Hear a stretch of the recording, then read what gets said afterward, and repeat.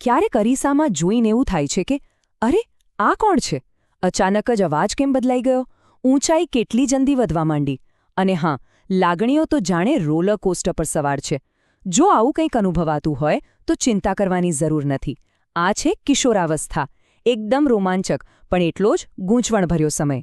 તો ચાલો આજે આપણે આ જ મોટા પરિવર્તનની પાછળનું વિજ્ઞાન એકદમ સરળ ભાષામાં સમજીએ. તો આજે આપણે શું શું જોવાના છીએ? સૌથી પહેલાં તો આ પરિવર્તનની શરૂઆત ક્યાંથી થાય છે, પછી એના દેખીતા સંકેતો શું છે, આ બધા પાછળનું સાયન્સ શું કહે છે, આપણી આનુવંશિક બ્લુપ્રિન્ટ શું છે, અને છેલ્લે આ આખી સફરને હેલ્ધી રીતે કેવી રીતે પાર પાડવી એના પર પણ એક નજર નાખીશું. ચલો શરૂ કરીએ. ઓકે, તો સૌથી પહેલાં પરિવર્તનની શરૂઆત. કોઈ પણ મોટી વાત સમજતા પહેલાં એના બેઝિક શબ્દોને પકડી લઈએ, જેમ કે કિશોરાવસ્થા અને તરુણાવસ્થા. આ બંનેનો મતલબ શું છે? ચાલો સમજીએ. અને જુઓ, આ વિચાર એકદમ સાચું છે. મનમાં આવા સવાલો તો આવે જ કે આ મારા શરીરમાં જે બદલાવ આવી રહ્યા છે એ ક્યાં સુધી ચાલશે? આ ક્યારે શરૂ થયું? ક્યારે પૂરું થશે? આ એવા સવાલો છે જે લગભગ બધાને થાય છે. તો ચાલો આના જવાબો શોધવાની કોશિશ કરીએ. તો સૌથી પહેલાં સમજીએ કે કિશોરાવસ્થા શું છે. સીધી વાત છે, આ જીવનનો એ સમયગાળો છે જ્યારે આપણું શરીર પ્રજનન માટે પરિપક્વ બનવા તરફ આગળ વધે છે. સમજો કે આ એક લાંબી મુસાફરી છે જે લગભગ 11 વર્ષની ઉંમરથી શરૂ થાય છે અને 18 કે 19 વર્ષ સુધી ચાલે છે. આ જ એ સમય છે જ્યારે બાળપણ પૂરું થાય છે અને પુખ્તતાની શરૂઆત થાય છે. અચ્છા, તો કિશોરાવસ્થા તો આખો લાંબો સમયગાળો છે, પણ એની અંદર જ એક બીજો તબક્કો આવે છે, તરુણાવસ્થા. આ એ ચોક્કસ તબક્કો છે જેમાં શરીર જાતીય રીતે પરિપક્વ બને છે અને પ્રજનન માટે સક્ષમ બને છે. મોટાભાગના જે મોટા શારીરિક ફેરફારો છે ને એ આ જ તરુણાવસ્થા દરમિયાન જોવા મળે છે. ઓકે, તો હવે આપણને બેઝિક વ્યાખ્યા ખબર છે, પણ આ પરિવર્તન શરૂ થયું છે એ ખબર કેવી રીતે પડે? એવા કયા દૃશ્યમાન સંકેતો છે? ચાલો આ શારીરિક ફેરફારોના કોયડાને ઉકેલીએ. સૌથી પહેલો અને સૌથી દેખીતો ફેરફાર કયો છે ખબર છે? ઊંચાઈમાં અચાનક વધારો. એવું લાગે જાણે રાતોરાત જ કપડાં ટૂંકા પડવા માંડ્યા હોય. આ જે ઊંચાઈનો ઉછાળો છે એ તરુણાવસ્થાની એકદમ પાક્કી નિશાની છે. હવે જરા આ કોષ્ટક પર નજર કરો. આ બતાવે છે કે આ વૃદ્ધિ કેટલી ઝડપી હોય છે. અહીં એક રસપ્રદ વાત છે. જુઓ, 12 વર્ષની ઉંમરે છોકરીઓ પોતાની પૂરી ઊંચાઈના લગભગ 91% સુધી પહોંચી જાય છે, જ્યારે છોકરાઓ એ જ ઉંમરે 94% પર હોય છે. આનો સીધો મતલબ એ છે કે છોકરીઓમાં ઊંચાઈ વધવાનો આ તબક્કો છોકરાઓ કરતાં થોડો વહેલો શરૂ થાય છે. અને આ જે ગ્રાફ છે ને એ આ જ વાતને એકદમ સ્પષ્ટ બતાવે છે. તમે જોઈ શકો છો કે કેવી રીતે છોકરીઓની વૃદ્ધિની રેખા શરૂઆતમાં છોકરાઓ કરતાં વધારે ઝડપથી ઉપર જાય છે, પણ પછી લગભગ 18 વર્ષની ઉંમર આસપાસ બંને પોતાની મહત્તમ ઊંચાઈ પર પહોંચીને સ્થિર થઈ જાય છે. હવે ખાલી ઊંચાઈ જ નહીં, શરીરનો આકાર પણ બદલાય છે.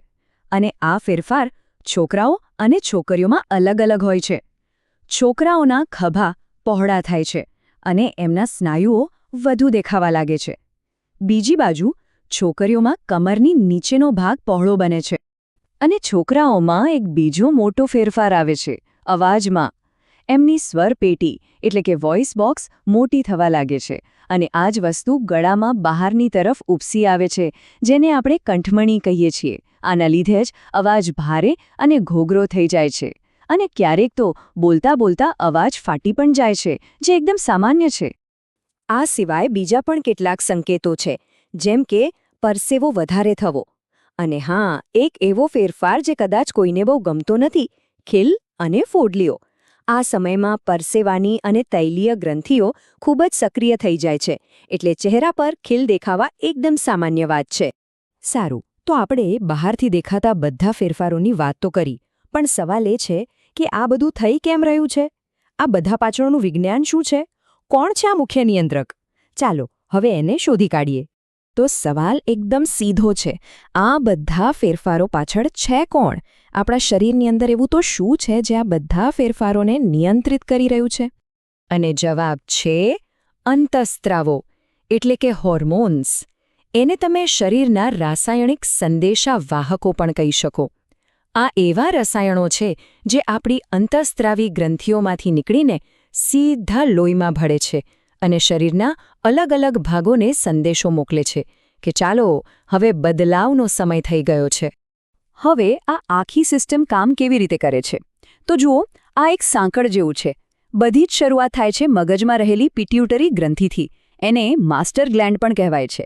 આ ગ્રંથિ હોર્મોન્સ મુક્ત કરે છે જે લોહી દ્વારા શુક્રપિંડ અને અંડપિંડ સુધી પહોંચે છે.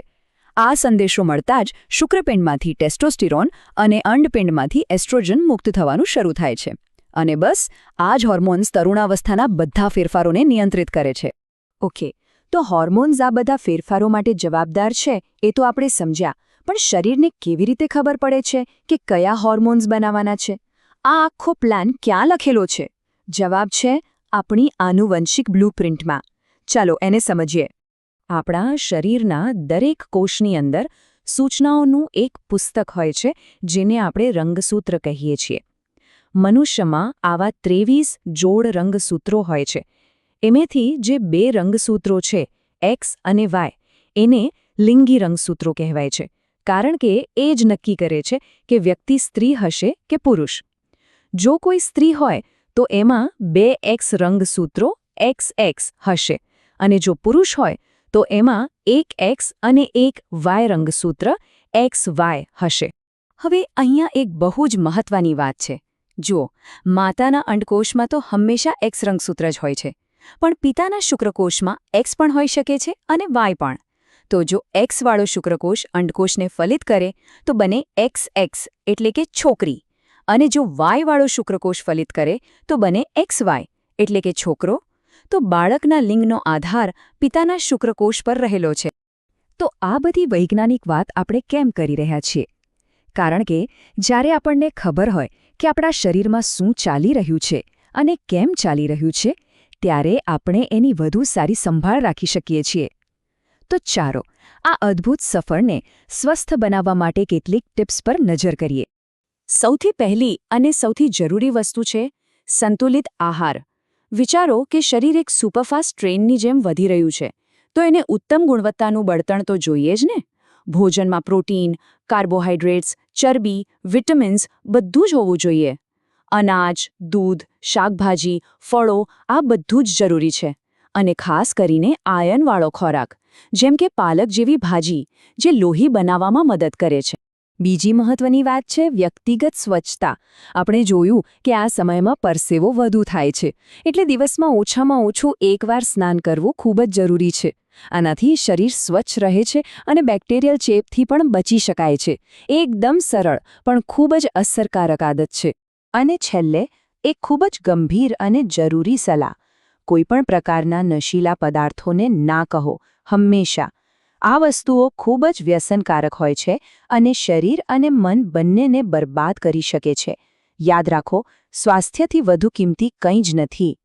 તો કિશોરાવસ્થા માત્ર શારીરિક ફેરફારોનો સમય નથી, પણ એ પોતાની જાતને શોધવાનો અને વિકસવાનો પણ સમય છે. આશા છે કે આ બધી માહિતી આ સફરને સમજવામાં મદદરૂપ થશે. હવે સવાલ એ છે કે આ બધું જાણ્યા પછી આપણે આ જ્ઞાનનો ઉપયોગ કરીને આ અદ્ભુત પરિવર્તનને પોતાના માટે અને આપણી આસપાસના લોકો માટે વધુ સકારાત્મક કેવી રીતે બનાવી શકીએ? આ સવાલ સાથે હું તમને છોડી જાઉં છું. વિચારજો.